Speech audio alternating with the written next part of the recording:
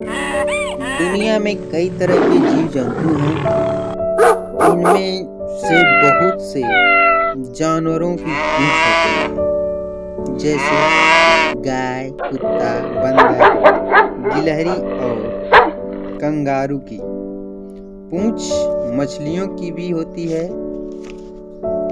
सभी पक्षियों, मोर, तोते, बगुले की भी अपनी अपनी पूंछ होती है। और तो और छिपकली और बिच्छू भी पूंछ वाले जीव हैं। पूंछ चाहो तो इसे दुम कह लो। अलग अलग बनावट और आकार की होती है। सबकी दुम के काम भी अलग अलग हैं। गाय की पूंछ लंबी और नीचे से गुच्छेदार होती है। गाय इससे मक्खी, मच्छर, कीट पतंगे उड़ाती है। सभी तरह के कुत्तों की दुम एक सी नहीं होती है। हाँ, एक बात सब में समान है। कुत्ते जब खुश होते हैं तभी दुम हिलाते हैं, और कुत्ते जब किसी से डरे हुए होते हैं तो अपनी दुम को अपनी टांगों में दबा लेते हैं। बंदर की पूंछ लंबी और पतली होती है।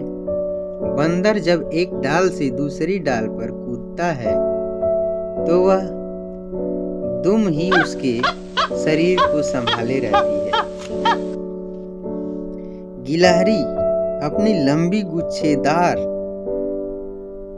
झबरीली पूंछ की वजह से ही बड़ी फुर्ती से भाग लेती है।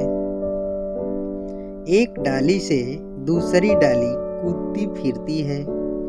देखो, सर्दियों में गर्माहट के लिए वह कैसे अपनी पूंछ को शरीर पर लपेट लेती है। कंगारू की दुम सख्त और मजबूत होती है। लंबी छलांग लगाने में यह दुम कंगारू की बहुत मदद करती है।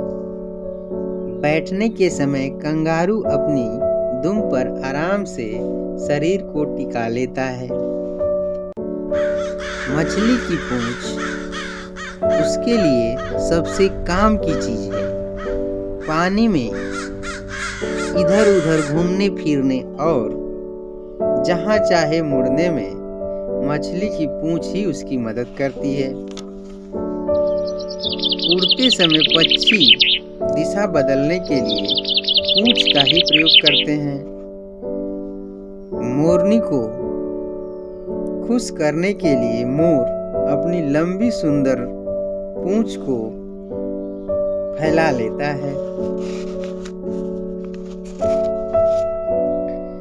क्या छिपकली के बारे में एक बात तुम्हें मालूम है?